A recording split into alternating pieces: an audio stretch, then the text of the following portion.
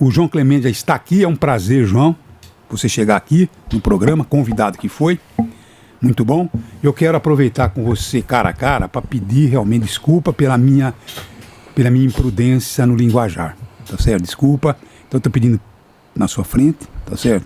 Então nós precisamos corrigir a nossa situação seria o estrutural, né? A gente sabe. Então a gente vai acostumar. Ontem ainda eu falei pro Luiz Antônio, olha que coisa, que o Chico tá tirando todas as músicas dele, né? Chico Buarque. Uma música belíssima, que é A Coisa Aqui Tá Preta. Então quer dizer, por quê? Por que não pode falar A Coisa Aqui Tá Feia, né? O Ernesto agora há pouco falou assim, falei lista negra e pedi por que não pôs a lista ruim, a lista não sei o que tem? A lista da Interpol. É isso aí. Não precisa classificar. Lista vermelha fala mais do que a... Aliás, a lista é vermelha. O nome dela é... Então a gente tem que pedir desculpa. Eu acho que nós temos que corrigir. E foi muito bom ter acontecido isso, sabe? Porque nesse movimento que está tendo aí, eu tenho certeza que muitas pessoas, como eu, por exemplo, já tirei isso do meu vocabulário, tá bom? Então é isso aí que a gente vai aprendendo. Obrigado. Perfeito, Madá. Muito bom dia. Bom dia, Madalena, Ernesto, Gabi, Luiz. Bom dia a toda a sua audiência, né? E o marco desse seu gesto aqui hoje, além de simbólico, representativo, um gesto político, é o trabalho que busca o movimento negro organizado quando pretende pautar suas questões e pedir para que as pessoas reconsiderem as suas atitudes. É claro que nós que fomos inseridos numa educação que não privilegiava as nuances da história do povo negro no Brasil, fomos educados a tratar, e ouvir você dizendo aqui, né, a brincar com um amigo, ou uma pseudo-brincadeira, um pseudo-comentário jocoso, que no fundo só desmascarava aquilo que é o fosso da sociedade brasileira. As suas diferenças, as suas conotações mais horríveis. Então esse gesto de desculpa é bem-vindo, eu acolho ele em nome daqueles que te ouvem, que te admiram e que, como eu disse ontem na Câmara, citando Guimarães Rosa, a vida é um eterno emendar, rasgar-se e remendar-se. Não tem problema nenhum que você se rasgue, mas todo mundo precisa se remendar. Não há dúvida nenhuma. Com certeza. É isso aí. E a gente, até minha neta uma vez me chamou a atenção, e não faz muito tempo não, eu vi o Messi fazer uma jogada, eu falei, pô, esse negro é bom, né? Aí minha neta falou assim, pai, por que esse jogador? Por que, meu avô, por que não é esse jogador? Por que não é o... Então, esse atleta. Então você percebe, então tá realmente na nossa... né? O que é importante a gente refletir também, já que o João nos convida à reflexão, o quanto o processo de educação durante décadas, João, ficou alheio a essa discussão, né? O ensino sobre a ancestralidade africana foi promovida por de força de lei só no começo dos anos 2000. 2003. É um processo recente em termos educacionais geracionais. E ainda que tenha sido, né, datado de 2003, o processo de implementação, o processo de ter os professores formados dentro desse novo conteúdo, dessas novas abordagens, ainda tem que acontecer até hoje, não se findou, né? Não se concluiu, né? A escola ainda não está plenamente... Aliás, até uma pauta para a tua subsecretaria, né? Eu acho que Araraquara ainda é privilegiada nessa discussão, porque a gente sempre teve educadores que, trouxeram essa discussão, um movimento negro muito forte, né? Uma universidade muito focada também nessas discussões. Eu acho que Araraquara, nesse quesito, ainda é privilegiado. Acho que a rede, não sei se você tem outro diagnóstico, mas deve estar bem incutida, né, essa questão. Mas, de um modo geral, a educação sempre se postou de forma alheia a essa nova abordagem, né? Não é uma nova abordagem, mas uma abordagem que não fosse essa abordagem racista, né? Essa coisa estereotipada que a gente tem das religiões, da cultura. E não adianta a gente querer justificar. Não adianta, porque nós temos que nos corrigirmos. Eu, por exemplo, o meu genro, o Newton, é negro, é preto, né, casado com a minha filha, né, tá todo dia na minha casa, sabe? Então, jamais na minha casa tem qualquer ato de qualquer tipo de situação. Mas não adianta falar, não, mas como é que eu posso ser racista se nós temos que nos educarmos a corrigir a nossa linguagem? Perfeito. O recorte que o Luiz faz é importante, porque a lei data, a lei 10.639, e foi conjugada logo depois com a 11.645, que tornou obrigatório o ensino da história e cultura negra e indígena no Brasil. E quando a gente vai realmente observar Araraquara, que é o que nos interessa aqui, propriamente dito, nós somos uma cidade vanguardista, não tenha dúvida quanto a isso.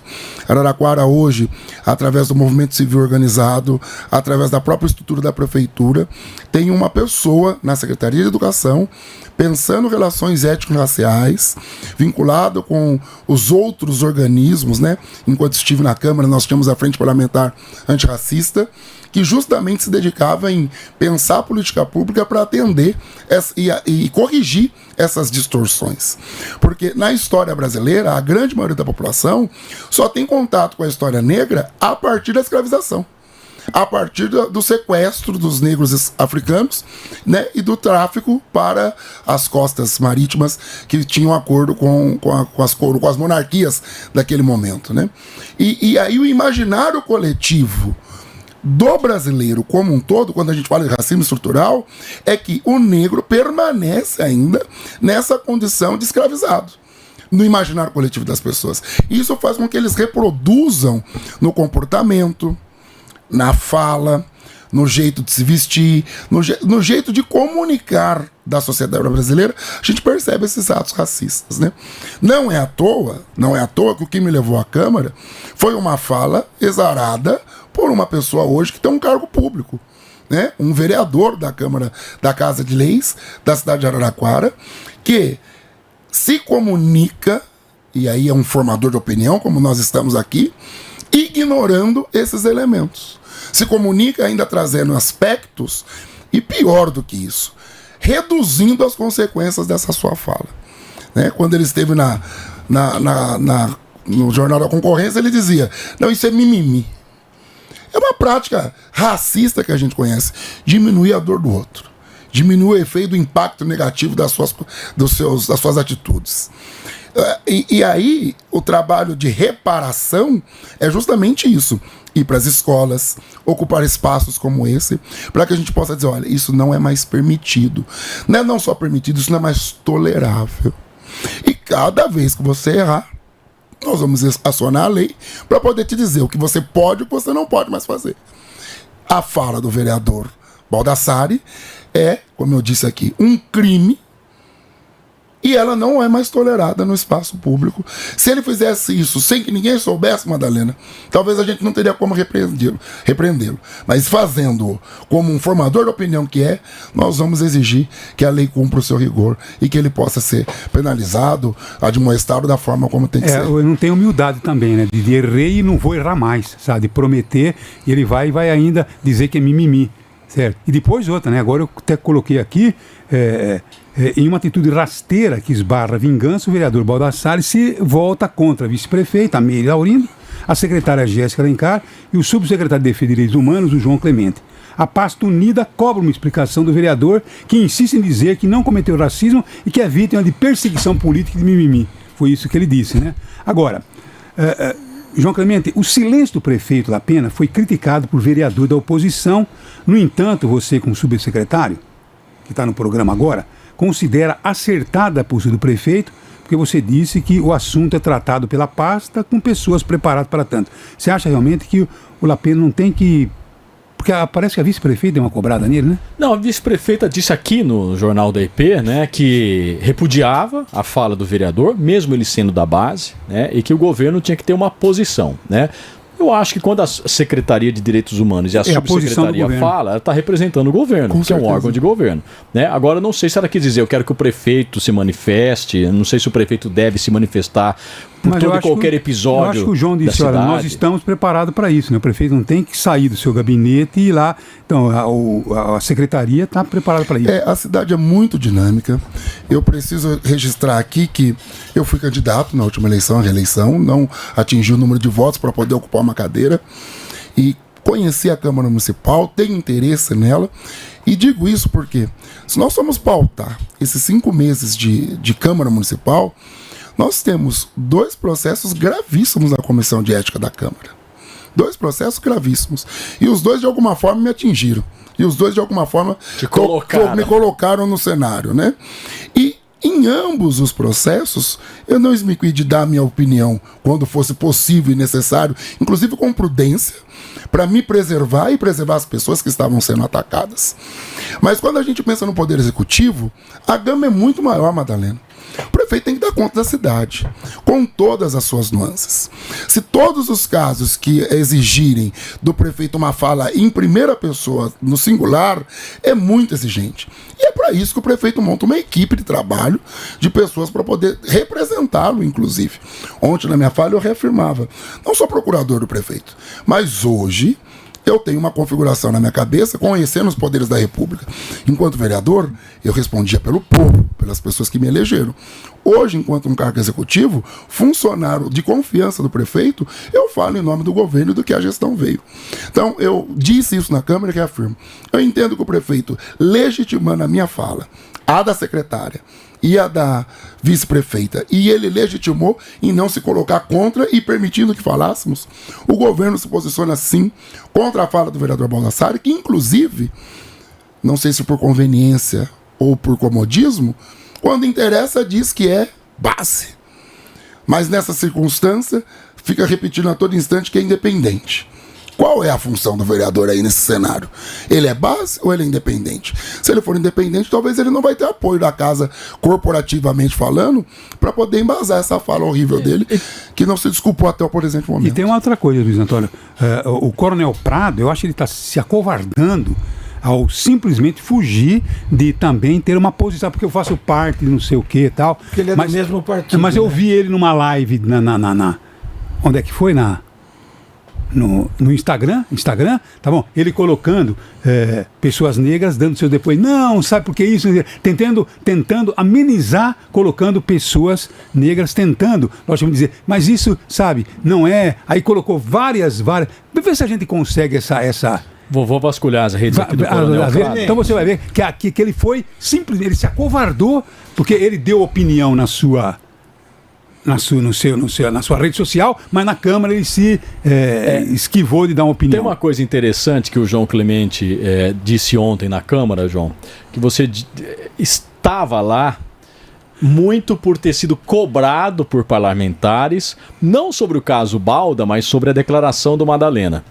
E aí a leitura que eu faço, aí ela é minha, você não precisa entrar nela, é que as pessoas não estavam cobrando por se incomodar com uma frase que poderia ser racista. As pessoas estavam querendo que o Madalena fosse atacado, que o Madalena fosse alvo. Então o objetivo dessas pessoas não era ter um discurso antirracista, era usar o discurso antirracista para tentar colocar no holofote alguém que os incomoda de alguma forma, né? Eu acho até que o Coronel Prado deve estar, né, engrossando esse movimento. Como é que você encarou a ausência do Balda, por exemplo, enquanto você falava lá, João? Eu não vou ser tão taxativo quanto o Luiz, mas comungo de uma parte da análise. Tá bom, sem os nomes você comunga. Porque assim, de dois erros não se fazem um acerto. É impossível. Então, quem me cobrou, Luiz, cobrou com essa intenção mesmo. Claro. Que eu atacasse o jornalista Madalena e toda a sua equipe, porque o nome forte de vocês é o Madalena. E quando eu digo isso, eu fiquei me colocando numa situação assim. Se eu não me posicionar agora, eu corro o risco de ser atacado mais pra frente, como eles querem atacar o Madalena. E foi por isso que eu insisti com o meu partido, para que eu fosse à Casa de Leis, ou ainda, que o vereador Baldassarri me desse um direito de falar no seu programa ao vivo. Eu não teria ido à tribuna. Se ele tivesse deixado eu fazer a correção lá. Porque ele não permitiu? Não, na fala que ele fez comigo, ele disse que não era um convite, que ele queria saber o meu posicionamento. Por isso que, enquanto um homem público hoje, eu fiz questão de dar o meu posicionamento no espaço público, né? No momento em que ele me contatou e outras pessoas me contataram, não foi feito um convite formal, como foi feito pelo Ernesto ontem. E a ausência do vereador Baldassarri, Luiz, e aí vocês me desculpam fazer esse registro, algumas pessoas durante o mandato diziam assim, o Clemente é meio Maria vai casota, ele vai conforme a maré manda, né? Mas se vocês olharem todas as discussões fundamentais da legislatura anterior, se houver uma delas que eu não tenha me posicionado, eu nem disputo mais eleição nesse município. Porque tem uma diferença abissal entre você ser covarde e você ser prudente. Porque quem fala tudo o que pensa é tonto, é idiota. Nós vemos em sociedade. Nós temos que guardar respeito e prudência para saber qual que é o momento certo de se posicionar. Agora, quem provoca o assunto, sendo um comunicador, e não fica nem para dizer a que veio, isso me demonstra até uma porque certa... o vereador ele tem direito a 1 minuto de interpelação pelo regimento, né? Ô Clemente, eu queria que você fizesse um comentário para mim sobre o vídeo que circulou, onde o Baldassarri faz ataques à vice-prefeita e ao seu departamento, poupando você, né? E poupando quem mais? O Subuni. O Subuni Infanda. Eu fiz esse recorte ontem e, Ernesto, agradeço por ter comunicado o convite. A Fabiana Virgílio, a Filipa Brunelli e acho que a vereadora Maria Paula fizeram esse recorte ontem, ao deixar categórico que, numa escala social, quando a gente pensa, né, no contexto em que nós vivemos, ocuparia aqui o primeiro lugar o homem branco com seus privilégios, o homem negro, porque o homem ainda tem preferência em relação à questão da mulher, e aí viria a mulher branca com seus privilégios e a mulher negra, que é o último esteio da pirâmide social. Se essa mulher for negra, trans, periférica e por aí vai, a transversalidade disso é prejudicial. E aí você percebe que ele poderia ter atacado nessa escala hierárquica social construída no imaginário coletivo do brasileiro o homem, eu. Quem estava falando era eu. Quem foi protocolar o pedido foi eu. A secretária assinou uma nota enquanto advogada, enquanto profissional, militante que é. A vice-prefeita veio aqui e não falou do que ela acha. Nessa mesa, a vice-prefeita Lucimeire Laurindo falou do que ela viveu. Ela relatou o que ela viveu. Porque, como eu disse, no Brasil é impossível você ser negro e não sofrer racismo. Mas o vereador prefere atacar alguém específico nessa pirâmide. Era isso que eu queria que você falasse. A base dela. Ele diz assim: vou bater todos os dias. Foi isso não. Vou bater todos os dias nas secretarias que são ocupadas por 2 mulheres negras. Uma delas, inclusive, detalhe, do mesmo partido, inclusive. E aí, por isso que eu acho que a discussão tem que ser feita na Câmara. Os políticos têm que dizer. São políticos que são filiados a partidos. Então, Ernesto, é claro que para mim, e eu disse isso ontem, me cheirou a Capitão do Mato querendo perseguir, querendo chicotear. E a gente sabe que esse chicote, se for para chegar em alguém, vai chegar no lombo de quem é menos favorecido, socialmente falando. Porque eu não tenho dúvida que eu acredito no trabalho da minha secretária, Jéssica Alencar, vinda de uma reunião com ela, inclusive, e não tenho dúvida maior que conheço a família Laurindo, conheço Lucimeire, conheço sua mãe, suas irmãs, inclusive são da mesma paróquia que a minha, territorialmente falando. Sei o que essas mulheres passaram para poder ocupar o cargo que ocupam hoje. Então, a fala do vereador é drástica, lastimável, e cada vez que fala parece que vai ficando pior.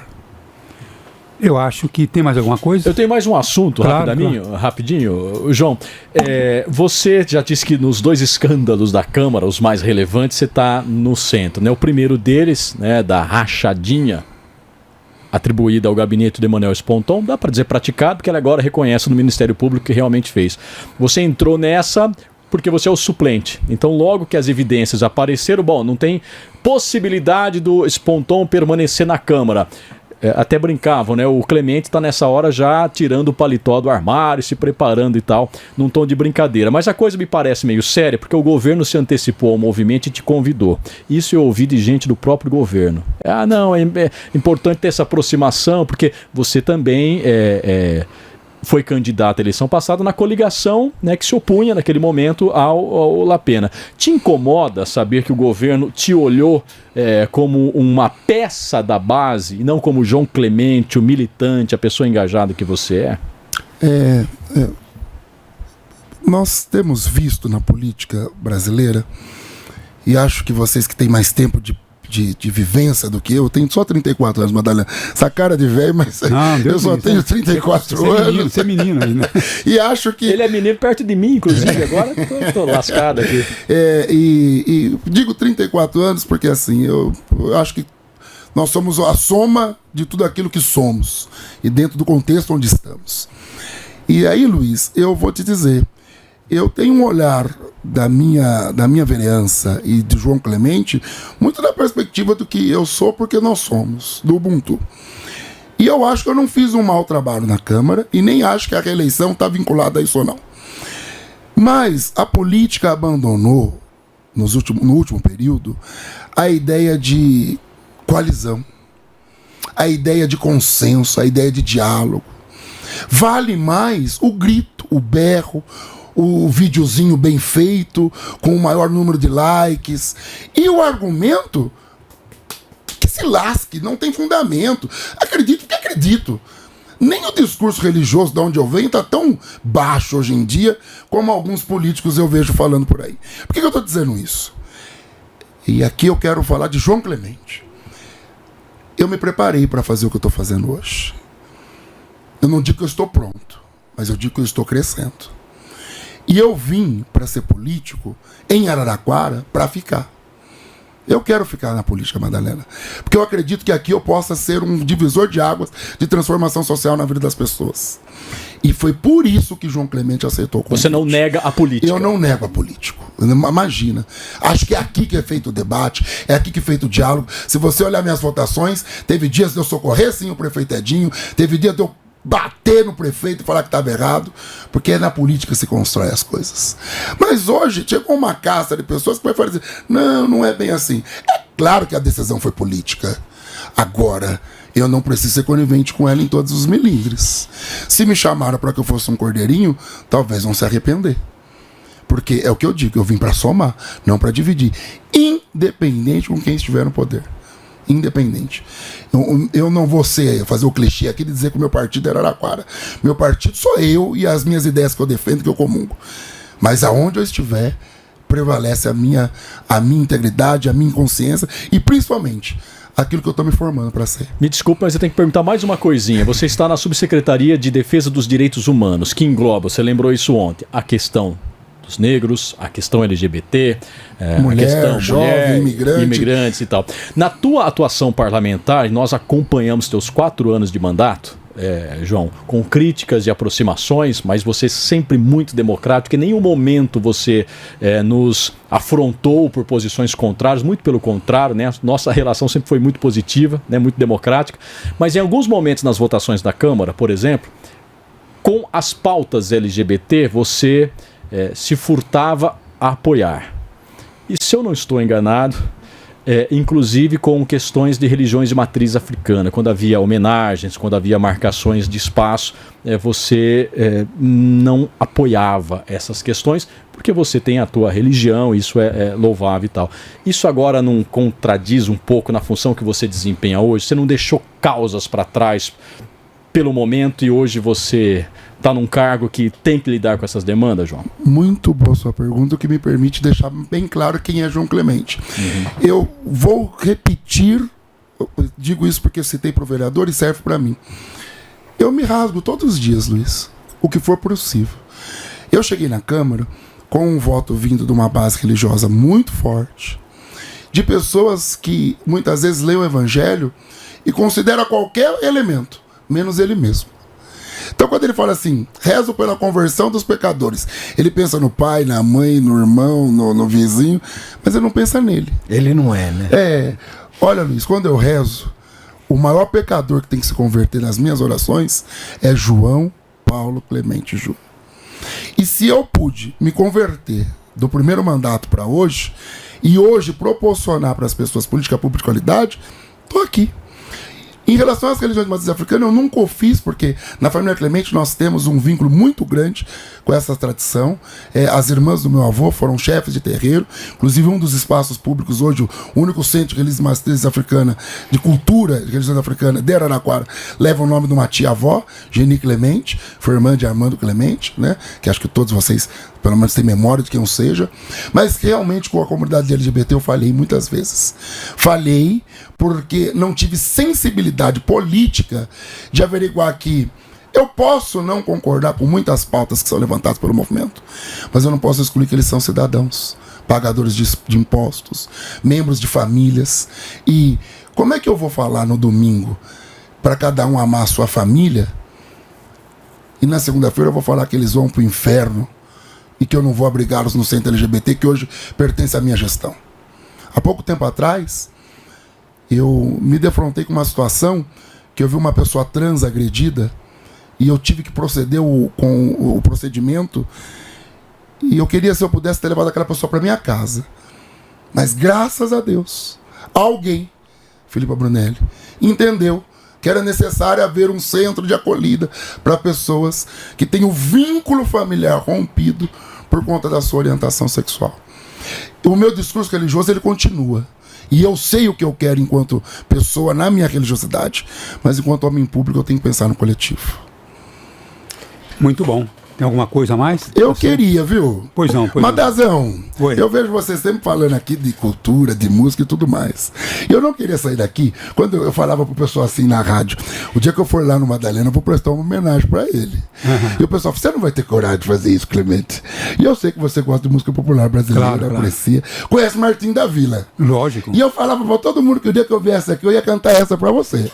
Posso? Madalena? Pode. Madalena, Madalena. É isso aí. Você é meu bem-querer. E aqui já teve concurso de música aqui. Eu vou falar pra todo mundo. Vou falar pra todo mundo que eu só quero você. Um belo de um puxa-saco. Eu Promessa de campanha cumprida. Não me cobrem mais isso, hein? É isso A aí. vergonha é grande. Agora, viu, eu joguei no Atlas do Clemente. Poxa vida. Joguei.